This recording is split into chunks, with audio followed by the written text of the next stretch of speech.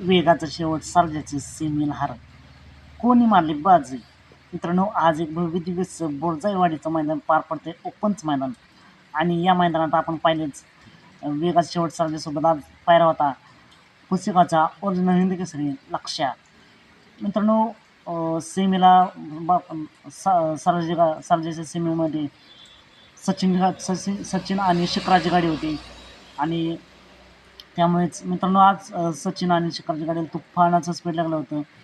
आणि सर्जाची गाडी माझ्या माहितीनुसार पब्लिकने लागली होती. आणि सचिनची गाडी काहीतरी 8 नंबर तासावर लागली होती.